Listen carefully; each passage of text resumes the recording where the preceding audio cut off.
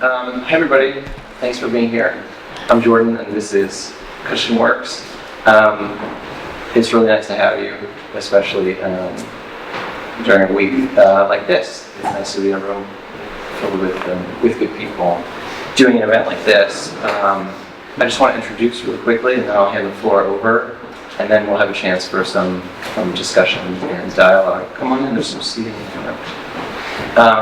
This is Emily Davis-Adams, a fantastic artist who's based in East Bay, who I came to know through just visiting Cushion Works, this space here. And then I went to do a studio visit with her, learn more about her really incredible artwork, a lot of which is on view right now in Los Angeles at a place called So and Taylor, really beautiful project space. And she told me about this painting.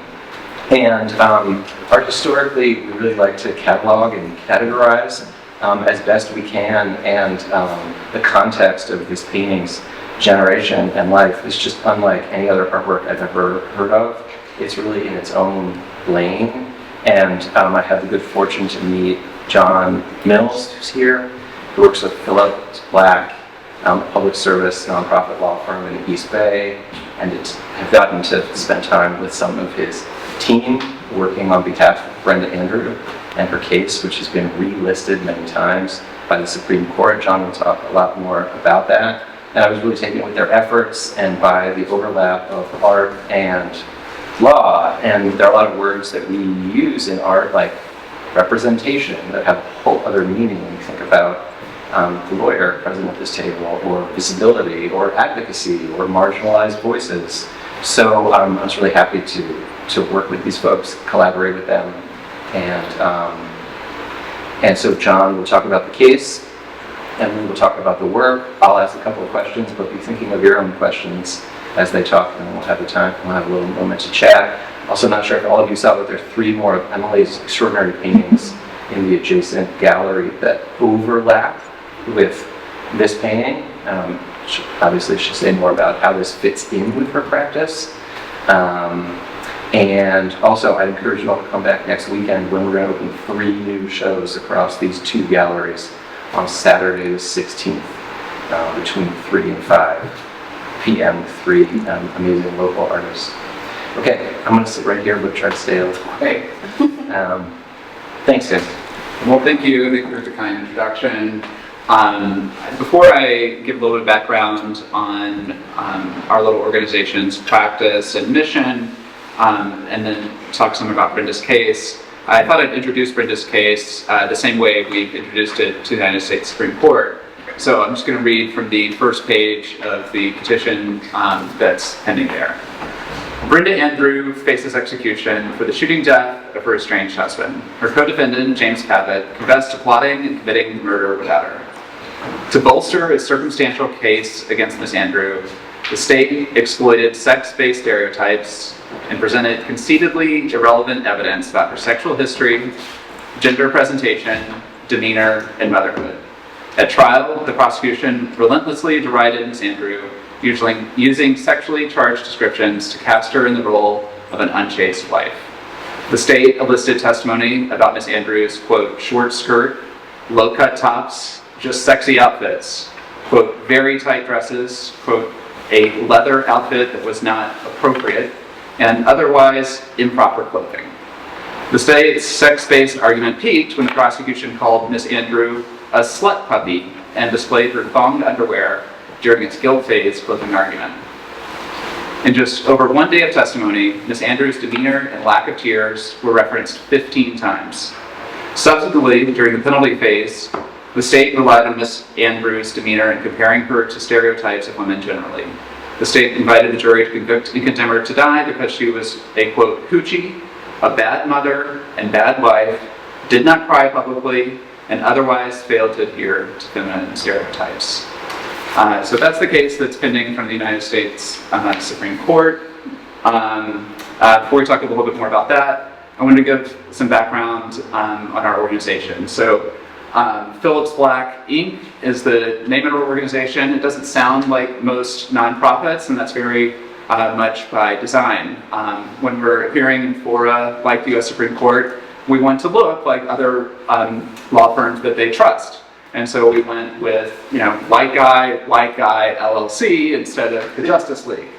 And it's named for Samuel Phillips, who represented the U.S. government across 4 presidential administrations after the Civil War. And his undertaking in that regard was to bring the rule of law to the former Confederacy. You might have heard of him because one of his most famous client is Homer Plessy, who challenged the notion that separate but equal violated the U.S. Constitution. Of course, he lost very famously in Plessy versus Ferguson, but was vindicated decades later in Brown versus Board of Education. And so we try to take the long view at Phyllis Black. But what about Black? Black is Hugo Black, the late Supreme Court Justice who was famous for writing a series of decisions that brought the application of the Bill of Rights, the first 10 amendments to the U.S. Constitution, to apply to criminal trials, mostly capital trials, mostly death penalty trials, mostly in the South.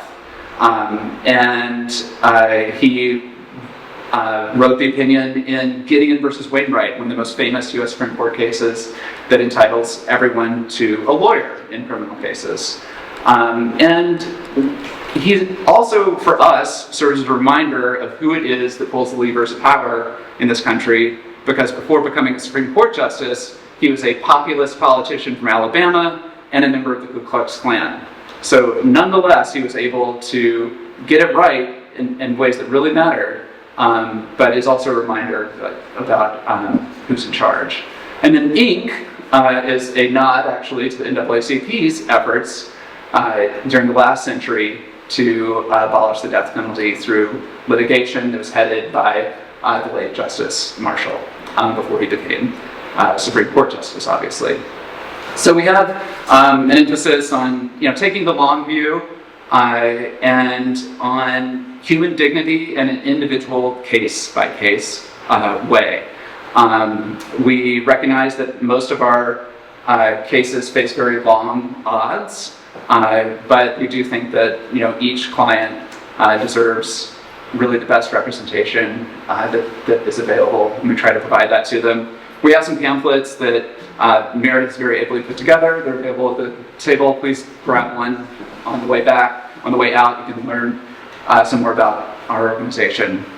So, Brenda's facing execution. Our organization focuses on extreme punishments, largely death penalty cases, but we also represent a number of people who are facing death in prison, either via very long sentences or very inhumane conditions.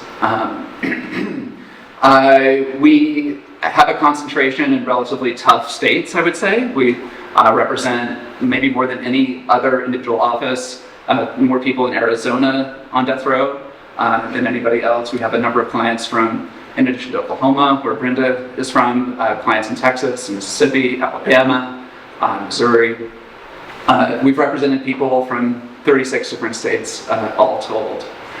And again, we do try to take a case-by-case basis, even though, of course, we are interested in taking on extreme forms of punishment writ large.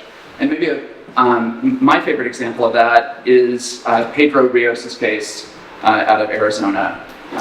His first interaction with the criminal justice system was when he was 15 years old, and it was all out of one set of interactions, but the state charged him with 11 separate acts of assault and sentenced him as a 15-year-old to 160 years in prison.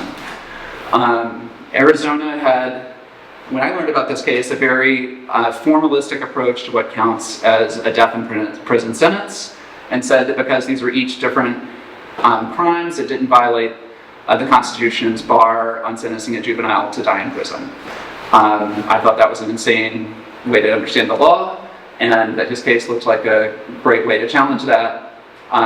I met him, and immediately it was clear to me that he did not speak English. We went and got his case file, and in juvenile court he was given a translator based on the court's finding that he did not speak English. But because this case was charged seriously as a serious crime, they moved it into adult court, and he wasn't given a translator. And so left without a translator. He did not understand his trial. He was convicted in 1989, sentenced to 160 years in prison. And then, some 30 years later, I show up with one of our associates thinking we're going to take down Arizona's use of juvenile life without parole.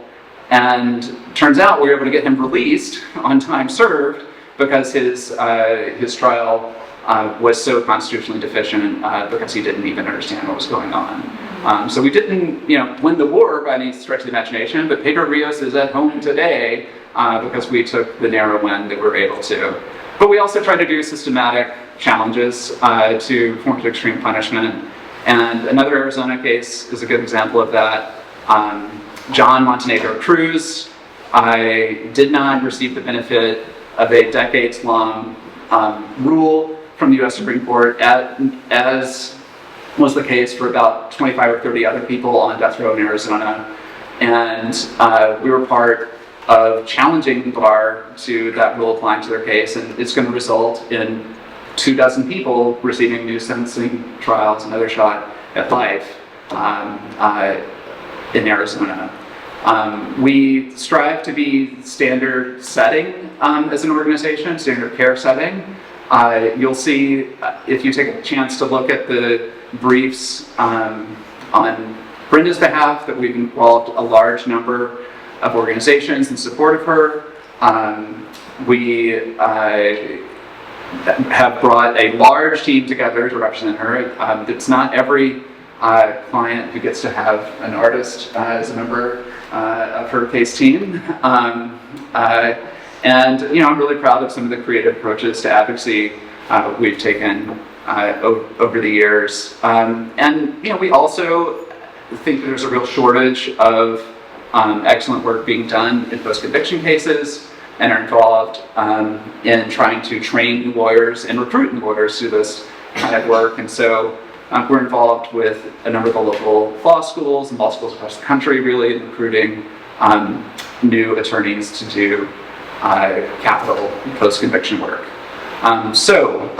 Extreme punishment, bad cases, bad places. Brenda's case is right up her alley. She is the only woman on Oklahoma's death row. There's approximately 40 women nationally on death row. I guess I should say, before going further, she has a copy of the portrait, is very happy with a copy of the portrait, says it reminds her of better days and makes her hopeful for the future. So that was a really nice message to receive from her about it, and she's very pleased that this event is happening because she feels supported in a very isolated time for her. On that score, the conditions she's facing are also pretty extreme. She's in complete isolation. She's in her cell 23 hours a day. Her 1 hour out is not on the yard with other people, but in a space not much different than this one, except that it does get some natural light by herself. And so she is very much alone. Her cell's an interior cell without a window, and a couple of weeks back there was some tornadoes near the prison that knocked out the power for 48 hours, and so she was also without light for 48 hours. So bleak conditions. We're working with we're collaborating with another law firm to try to sue the Oklahoma Department of Corrections to improve her living conditions. But her case is part of a larger project at Phillips Black that we're calling the Gender and Sexuality Resource Center. We have published scholarship about the way women are treated in our criminal justice system, and we, mostly not me, but others in our office, have consulted on a number of cases where women or people who are LGBTQ plus are facing extreme sentences. And unfortunately, the bar is quite low, I have to say. We've consulted on cases where the client is trans, and her own case team misgenders, that hasn't even acknowledged that fact. And so, we're not like dealing with necessarily really complicated improvements here, but just trying to acknowledge some basic realities. One of the things that has drawn me to work on cases implicating gender and sexuality are that race is something that is often front and center, in capital cases, and I think that many people do associate with problems with the death penalty. And gender and sexuality, not so much. However, it sure looks like many analogous issues are present. So, people's very identity, in the same way Brenda's were used, weaponized against them, and used to dehumanize them so that people will feel comfortable killing them, so that jurors will feel comfortable thinking of them as something other than human. And so there's, I think, a lot of analogous issues to think through in terms of race, but it is kind of an underappreciated area of representation as it relates to the death penalty. And part of my own effort in every case is to make sure that I'm understanding who my client is, and something that we do as a capital defense community, or we try to do, is to have culturally competent case teams. So I'm very much aware that I'm not a woman, but representing women on death row. I'm not a person of color, yet many of my clients are, and we, as an organization, have tried to go even to a next step, and we have several people on staff. I guess it's now just a couple of people on staff who are exonerees, people who were formerly incarcerated, and the depth of insight that they bring to our cases and the understanding of the issues that our clients deal with on a day-to-day basis far exceeds my own. And it's been incredibly powerful to have them on as a member of our case teams. And we also try to raise up voices of people who have been affected in ways that are similar to our own clients. So if you look at the briefs again that are sitting on the table, you'll see a number of advocacy organizations that signed on to a brief in support of Brenda.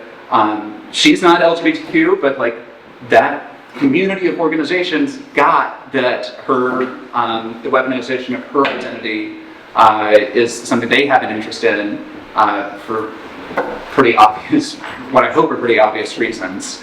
So we try to raise up voices that might not be heard in a way that humanizes people.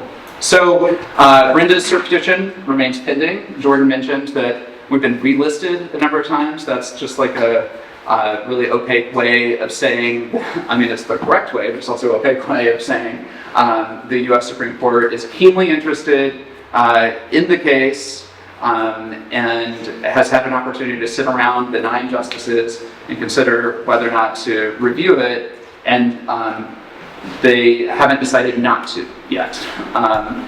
So while the Supreme Court's in session, each first day of the week, since tomorrow is a federal holiday, it'll be Tuesday, but each first day of the week they issue an orders list, and that happens at 9:30 Eastern. So first thing in the morning, checking out the orders list each week to see whether or not Brenda's name is on that list.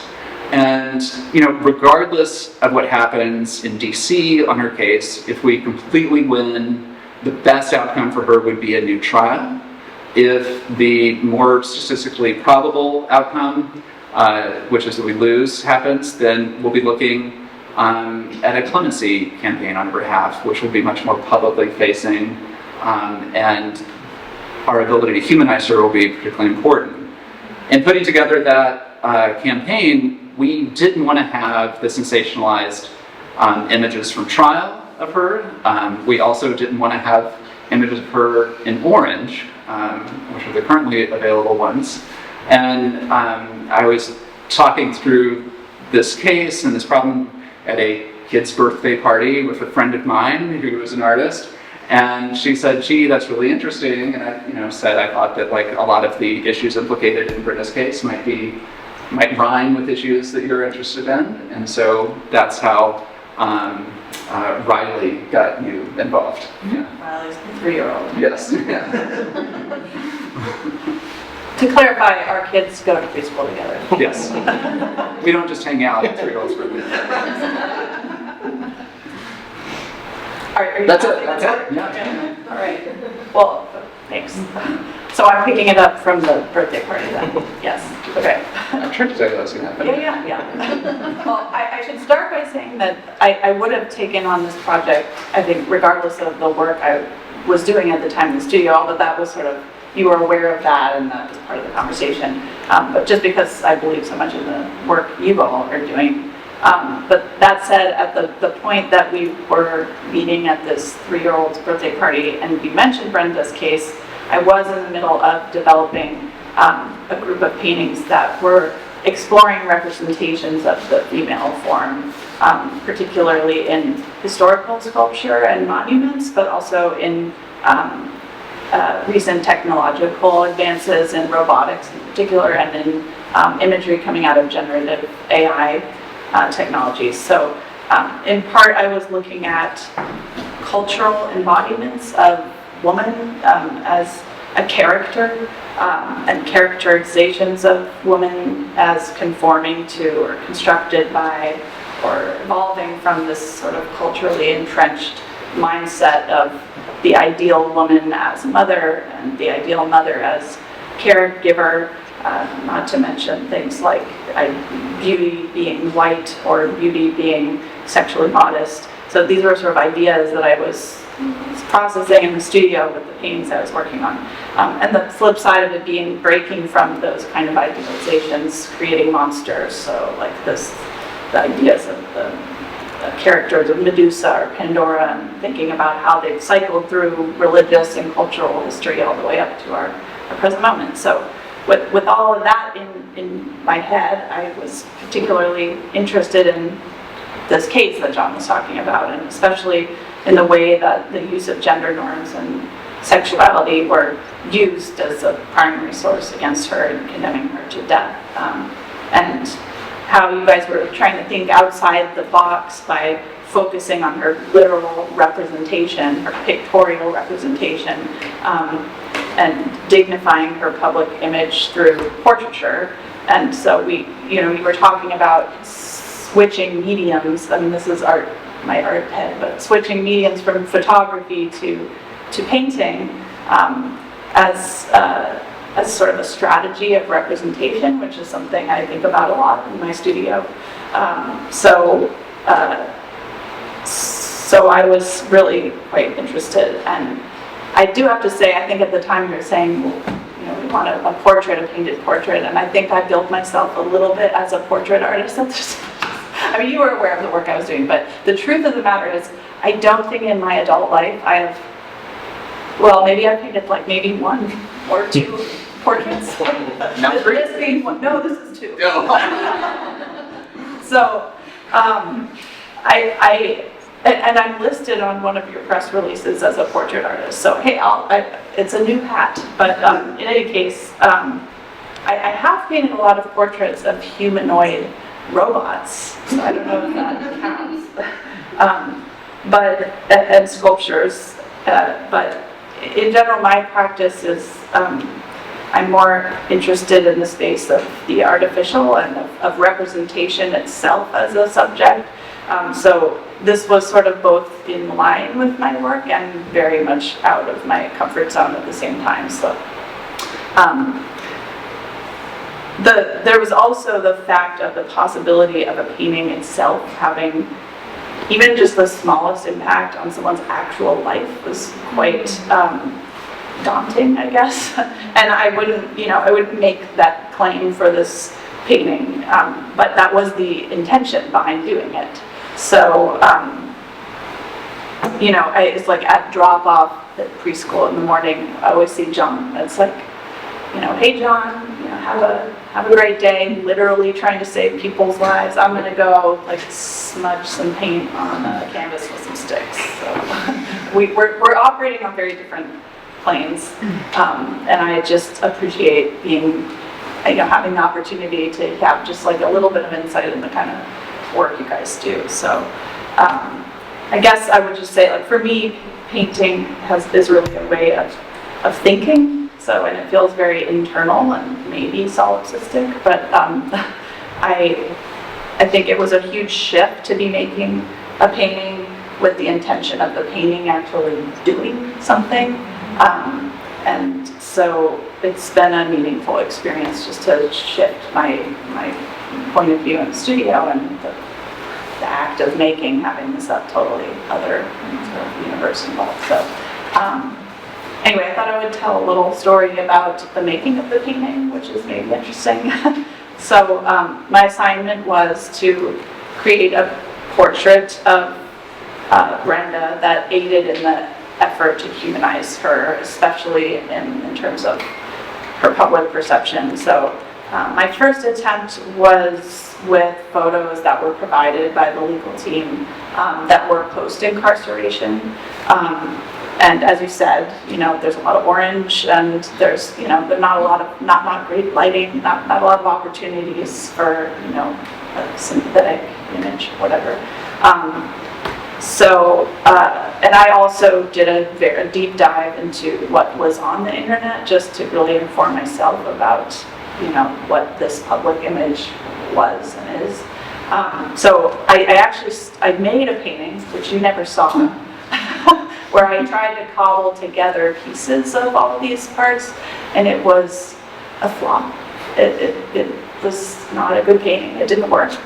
So, during this time I participated in a meeting, and the possibility of me actually working with her in person came up, and I felt like that was something I should definitely explore. And my process is not typically working from life, but I have an extensive training in working from models, and I thought, okay, I guess maybe doing some sketching from life, maybe, but I think most importantly was to have an opportunity to have a conversation with her, to humanize her to myself, to have a connection with the person and have that inform the painting was sort of more where I was thinking. So, but I grappled a little bit with the idea of going, just because I did not want my involvement to be voyeuristic in any way.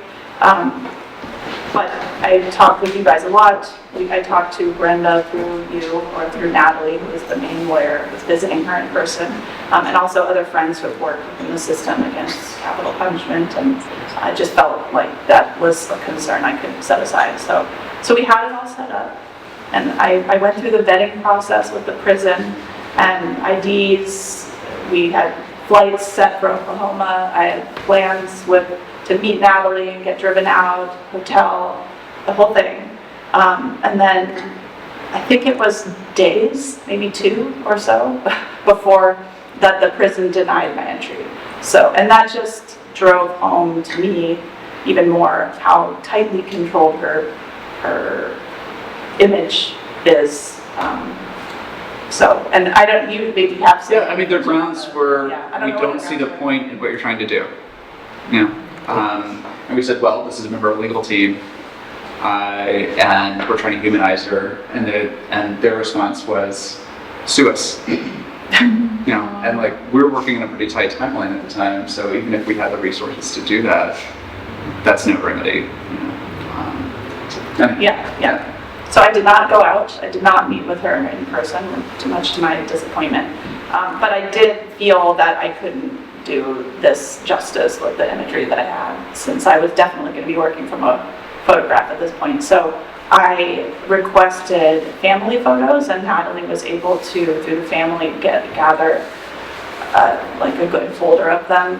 And I chose one of the oldest photos from her. It was early motherhood, so it was a photo of her with her kids. It was the worst photo in terms of the quality of the photo. It was grainy, and the color was really faded. And I just, it resonated to me personally, partly because it was her with her kids, but also I thought the loss of information in the photo was very meaningful, history and context being something we don't have full access to. So that's my story, and that's the painting, and it's been really meaningful to be involved. So that's my piece. Good piece. Okay, just a few questions for both of you, and then from everyone. Can you talk about how you approached fidelity when you had that access to the grainy, old sort of washed out picture, and how much of a one-to-one that painting is or not, or if you had to excise certain content, and how you thought about that? Sure, yeah, and that is something I think about a lot with other work as well. I feel like this one, I tried to be as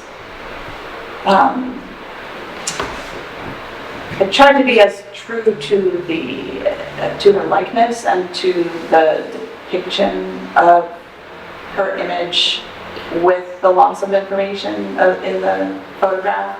I did add the pink, Pepto-Bismol pink background.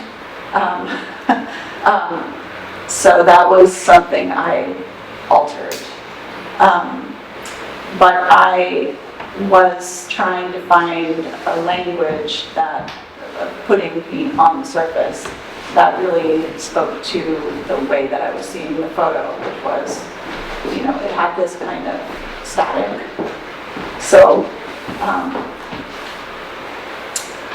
I guess that is, I don't know, a short answer. Yeah, and how'd you come to the pink, and how does that overlap with your interest in idealized representations of female forms throughout history, or not? Well, I mean, maybe it's a little dumb, but I guess pink falls into a very clear category of culturally encoded visual cues. So I felt like, given the case, given also trying to think about the audience of who we're trying to reach, and still being stuck in a certain kind of culturally entrenched mode of visual cues. I guess I'm repeating myself, but I thought, I like the idea of her being both sort of playing on it and playing to it, and that she's sort of both trapped in it but kind of haloed by it at the same time. Yeah. I wonder if you could say a little bit more about what you think didn't work about the first draft of the painting. Well, it's very common in my studio that when I try to bring multiple things together, it doesn't work. And that's just something I'm learning about myself slowly and painfully. Multiple primary sources? Yes, right, exactly, yeah. So I had about 4 images that I was working from, and I was trying to put together, one that I felt like the likeness was sympathetic and it worked for a portrait, but the light was strange, and there were some things about her hair that was, the information wasn't quite right. So I was trying to pick, hair from this, and face from this, and light from this, and it didn't feel honest. It felt like this needed to be something where I took myself out as much as possible, at least in her person, in the representation of her person. Was in the process of actually rendering the painting, did it feel, how did it feel similar or different to other work you were doing simultaneously in the studio? Well, one, I would say just technically, I don't typically work from degraded photography. I mean, that's a problematic word, but it's what I mean, I generally am interested in the granularity of vision and the detail of surfaces. So this was new to me, the detail being the sort of pixelation as opposed to the surface of the object, not object, subject. So, and then I spoke to a little bit just there was a lot more pressure.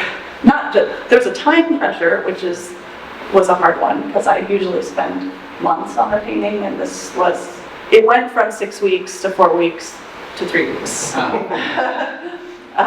that was hard.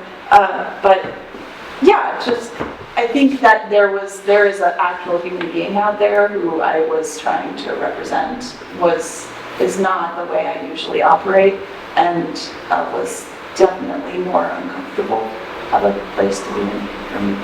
Yeah, it's so interesting I certainly feel this with CushionWorks. It's really wild. I think the work that we do is critically important. Now more than ever, and then to be in a dialogue like this, it just sort of scrambles the calculus a little bit. I'm just glad we're all sharing a table here. But John, I wonder if you could talk a little bit about how the cases wound up at the Supreme Court, what that process is like, and when and how you get involved or even learn about these kinds of cases. Yeah, well, first of all, for some clarification, normally the state would take an extension when we file a bunch of amicus briefs like we did in this case, and they didn't. And so that's why it went from 6 to 3 weeks, but you know. I'll never forgive you. Yeah. But in terms of how Brenda's case gets to the Supreme Court, I guess.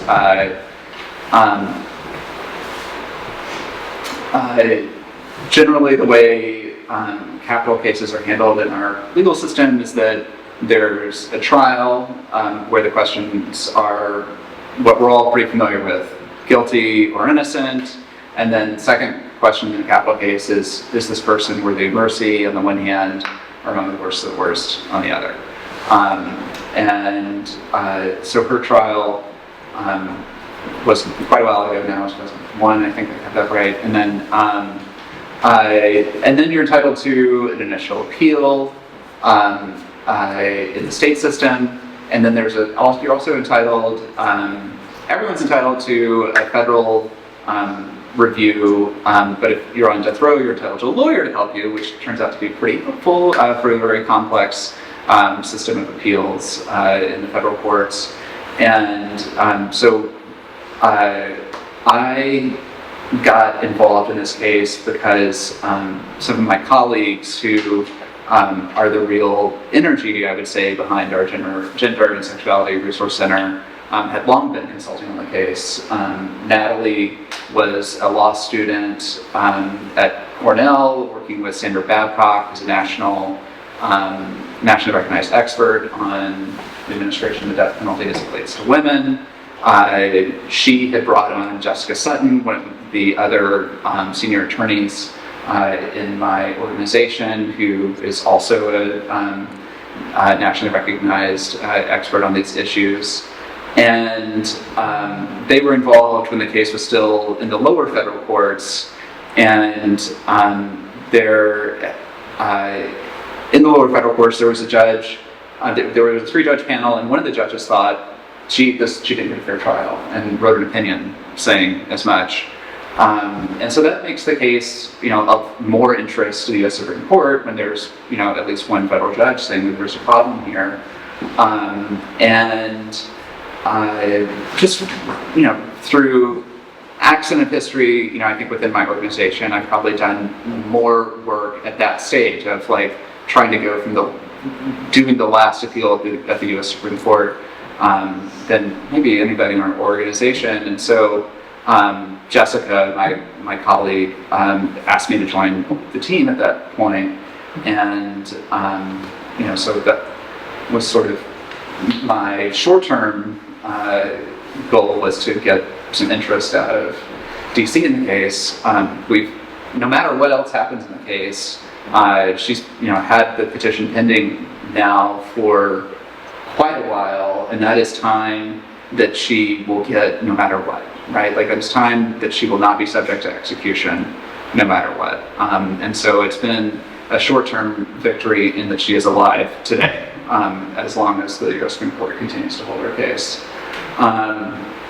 But then my longer-term goal for the case was to try to bring as many resources as I could to it for whatever happens next. So if we went, as I said before, if we went to the Supreme Court, the effort would be to convince the state either not to retry at all or not to seek death again.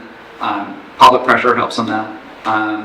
And if we lose the Supreme Court, then we'll be facing an execution date and begging the governor for mercy.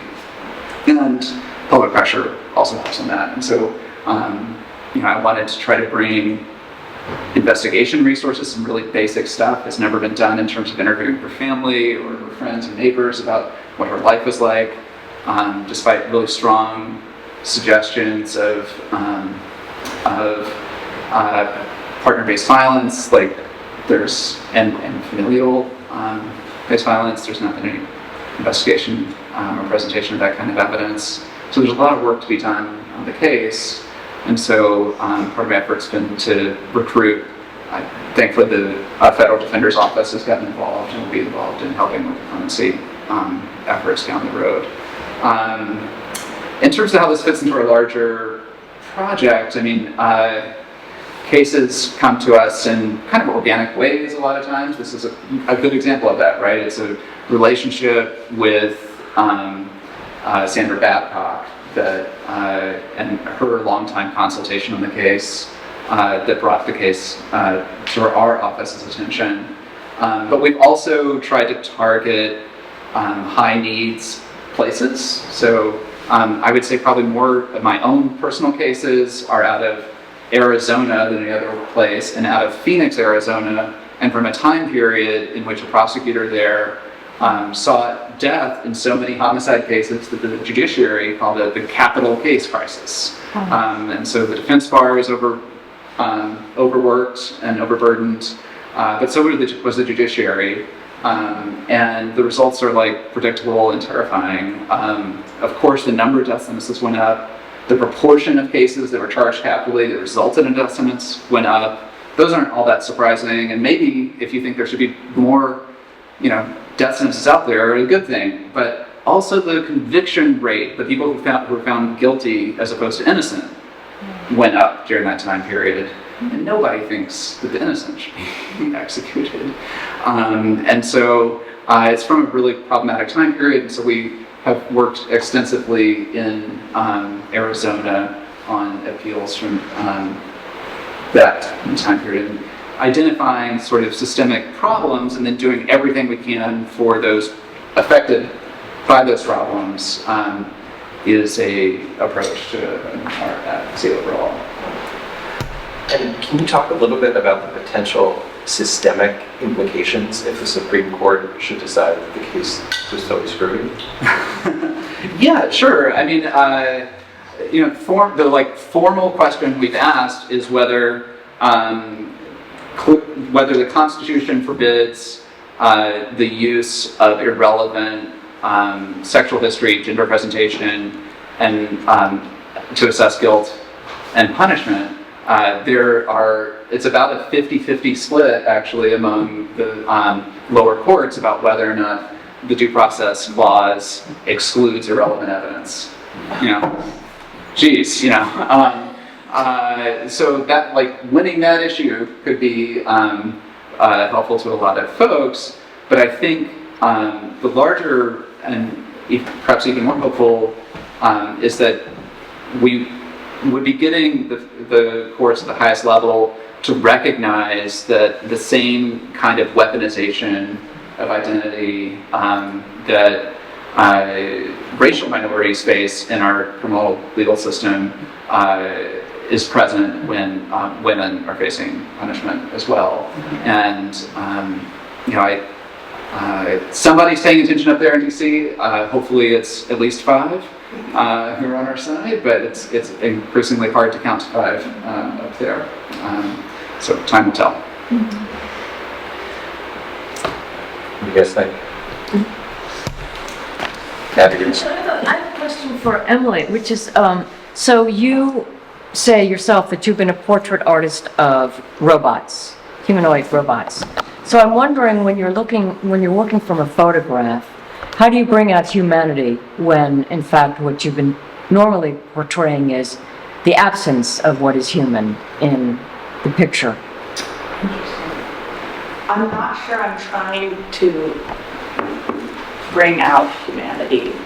I think I see them as still lifes more than portraits, but I think what I'm interested in is that space between relating to an object and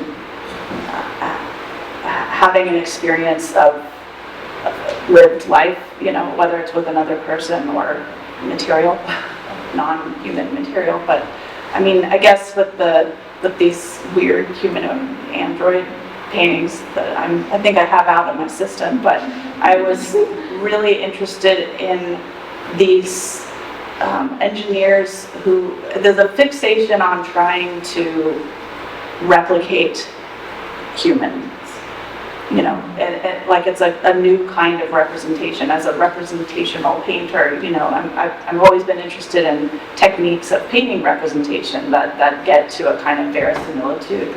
And I just thought it was so interesting to see in this other realm, this non-painting, non-art realm, although some of them I think consider themselves artists, but these, the use of different materials to replicate skin and different parts of the body and movement, and now we have AI, trying to replicate the way neurons work. So I don't know, it weirdly just spoke to me as a representational painter and someone interested in a history of figuration as well. And I also am interested in this notion of the uncanny valley. So like no matter how close one gets, or the closer one gets to, to verisimilitude or whatever you want to say, there's, your feeling of closeness and the feeling of humanity, a relationship to humanity goes up, and then there's this like huge drop right as you get to almost the same, and that is interesting to me as a painter and a representational painter as well. So I was curious what would happen to bring the objects into the space of painting, and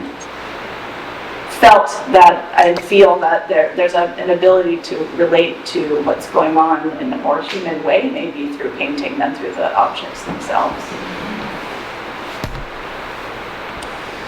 Did you already say what exactly the painting's been used for so far?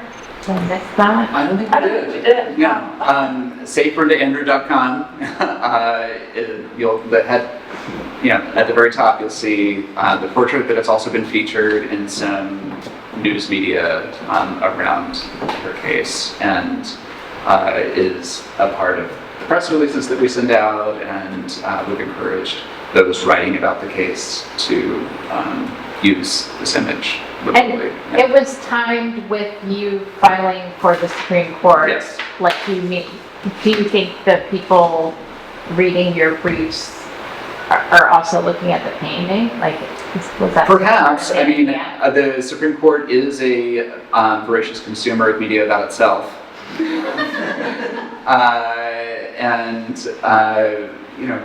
We're pretty happy with the reception we received in the media around the briefing. We got a long list of people who wrote about the case at the time. There was not only, there's a piece by the New York Times chief Supreme Court correspondent so that was great on its own. Then it was subject to a push notification. I'm sure you all got it from the New York Times. So I've been really happy with the media reception that this has been an important part. It shows up in Google searches. Yeah. It's on my computer, but Okay. I'm not sure. So it's replacing the Yes. terrible charge. Yeah. Not take. It's not replacing, but it's certainly incorporated in there. Right. Yeah, I think the first page of Google results now are pieces that post-date our involvement in this, which was one goal we had for this.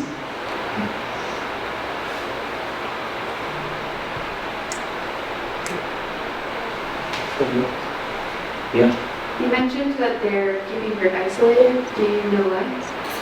Oh my gosh. Yes, they at times have been, they being the Oklahoma Department of Corrections, have been very evasive at the highest levels. In other words, we talked to the warden, we talked to counsel for the Department of Corrections, but we've heard from lower level prison administrators that the reason there's two reasons they've isolated her. One is the ACLU has threatened to sue the men's prison warden over the conditions that the men suffered. So in response to that, they made Brenda's conditions a lot worse, so to mirror the men's conditions. And then, so don't make the men's better, make hers worse. All right, so that was one reason. The second reason they've given us is they want her to be isolated from other inmates so that she does not form relationships with them, such that when she is executed, people will not feel as sad about it.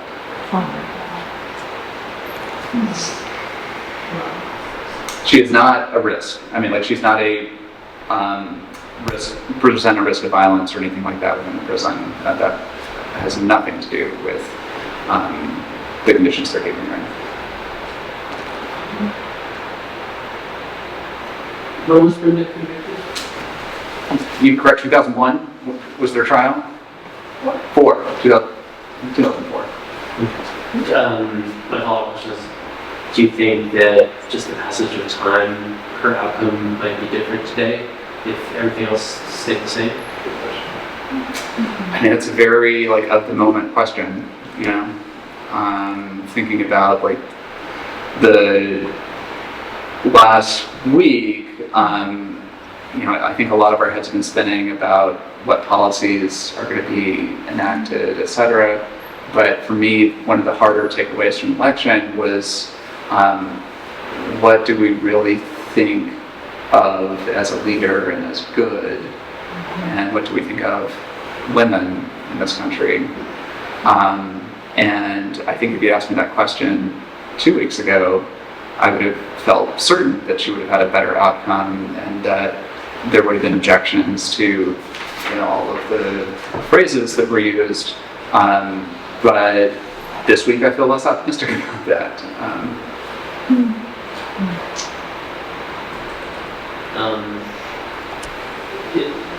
Do governors in Oklahoma often pardon people deferred?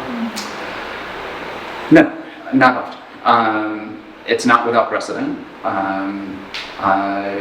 but the process there is appearing in front of a board of pardon and paroles, and the governor cannot grant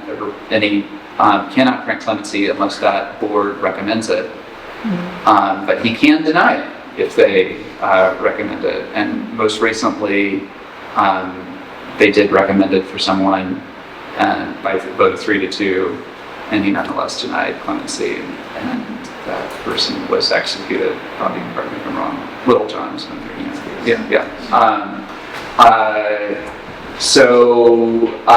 But there have been grants. There in Arizona, there has not been a grant of clemency in the modern era of the death penalty since 1973, and so it's not as hopeless as some places. And in fact, the current Attorney General in Oklahoma has been willing to say that a conviction should be reversed in that state. Has been a very vocal advocate, including at the U.S. Supreme Court, in favor of reversing a sentence. And he's among the leading candidates for governor next time around, when the current governor will be term limited out. And so it remains to be seen what he might be like in terms of accepting recommendations for mercy. We have time for a couple more. You previously mentioned that the other three paintings are connected to this one, so I was wondering if you could talk a little bit more about that. Sure. I think it's more disconnected than connected. I mean, I feel like I took on this project because it was the right thing to do, and not because it was in line with what I was doing. That helped to make it, more meaningful to me. But I mean, they're all about representation on a lot of levels and representation of human forms. Although this is an actual person, so I mean, to me that made it like a vastly different experience. But you know, her case, as I mentioned, is very much about her representation being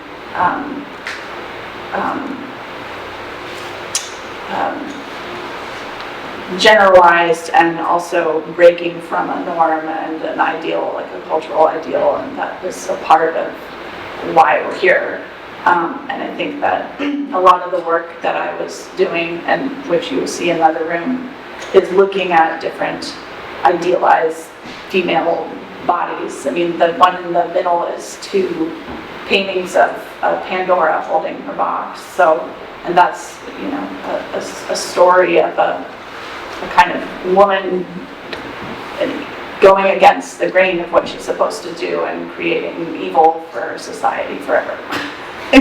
So, but those are 2, it's me painting other people's representations. There's also, you know, those are both male representations of female forms as well. So I'm sort of coming in and revisiting their work and representing it in a different way. So, and then you have, on one wall is a humanoid robot, the eye, who was made, actually there are many copies of her, but she's made by a robotics company called Hanson Robotics. And I could talk about that, but that's a whole other thing. And then the third image is an image generated using a generative AI image making program, which, you know, is filled with all kinds of data biases, and that was something I've been exploring as well. So the idea of bias in representation and trying to push against it with the medium of painting is, I guess, what came from. I have a couple questions. One, when did you finish the painting, or how recent within your kind of body of work is this painting? I had a lot of paintings this year. I feel like this one was February, Yeah. and I was in the midst of making the work in the other room along with probably 10 other paintings. And then since then I've done another group of paintings, which is I don't usually paint that much, but I just had a lot of extra need to be hiding in the studio. And I guess my other question, kind of for both of you, is like, how has this kind of collaboration shifted your respective practices? I like that question. I might need a minute. I mean, we're always trying to think about new ways to humanize our clients, and this has been a new and unique one for me. I don't think there's been like a part 2 yet for me, but I guess I will be keeping it in mind as we take on new clients and new forms of advocacy for sure. More portrait commission? Oh yeah.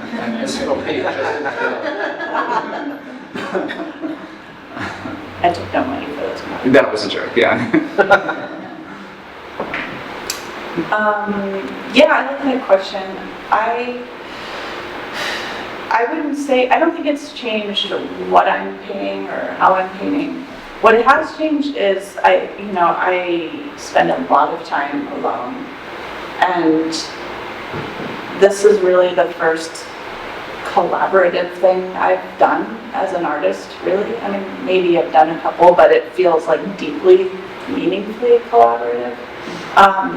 And it, I guess, has just opened a door in my own mind, and as an artist, a person, just how much I do want to connect with other people after all. Robot portraits notwithstanding. They may need to burn, I don't know. So yeah, I mean, I don't know, the thing is, this happens so organically, and that's the way I want to live my life. So I don't know, I guess I'll just try to keep my doors more open now. recognize? Sure. This is more of a legalistic kind of question, I guess, but, so from my understanding is that, her character then on the evidence of guilt, clearly she didn't commit the crime, right?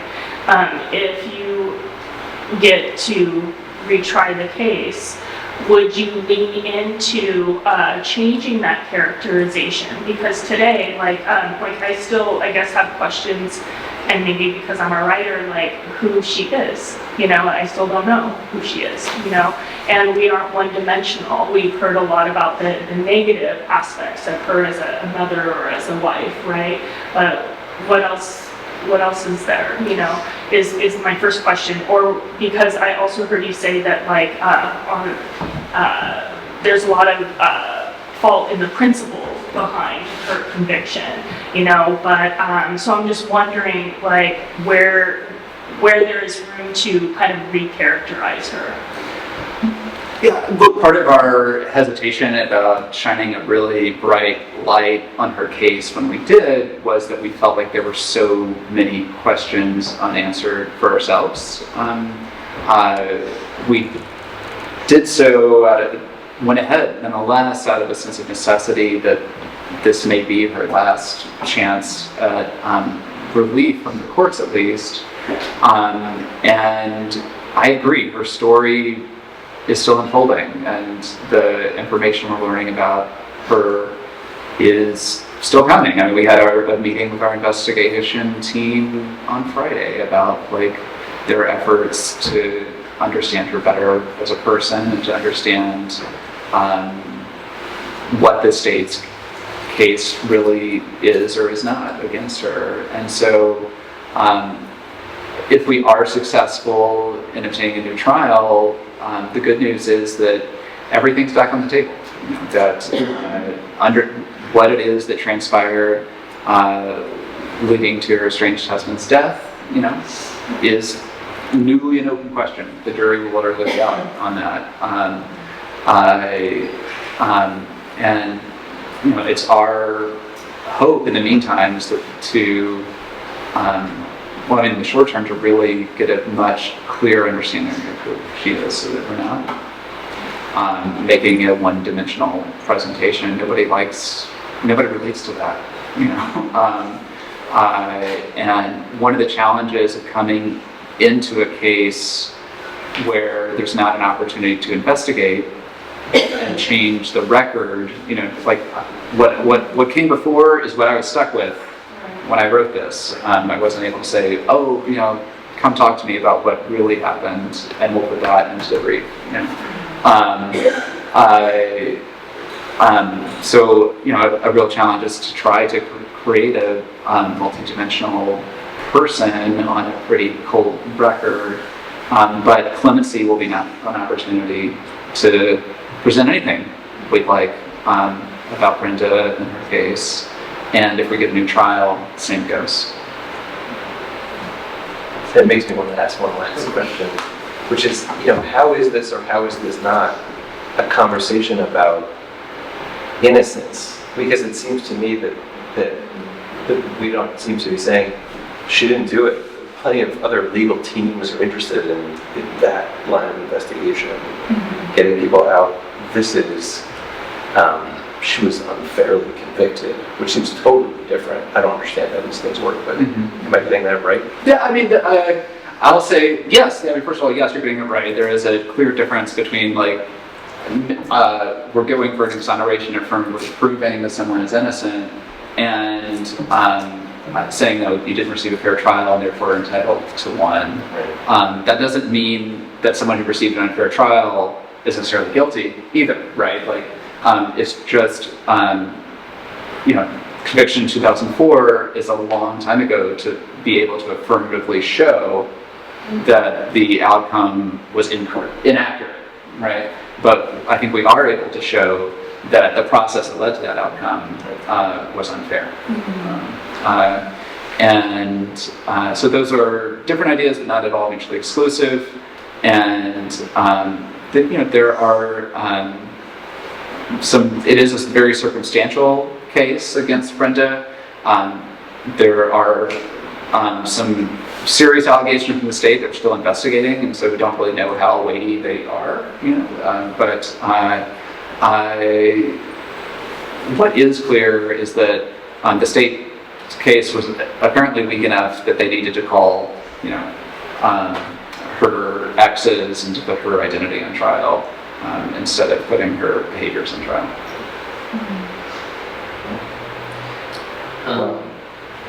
Yeah, go ahead. If you get the unlikely outcome that the court sides with you, do you have a sense of how many other trials this might have? No, I mean, that was the answer. I mean, potentially quite a few. I mean, given the due process theory about admission of irrelevant evidence,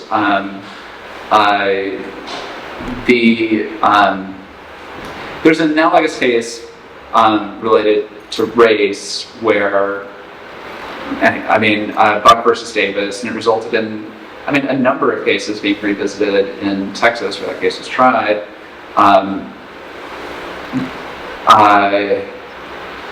And there are, over 40 women on death row. Natalie, our colleague, has read the trial transcripts of all of them and says that the issues we've seen in Brenda's case pervade, those other cases. So whether that means they'll also get a new trial or not depends on a lot of legalistic questions. But I would hope that it would fit into a larger cultural shift within the legal system, of recognizing this kind of problem.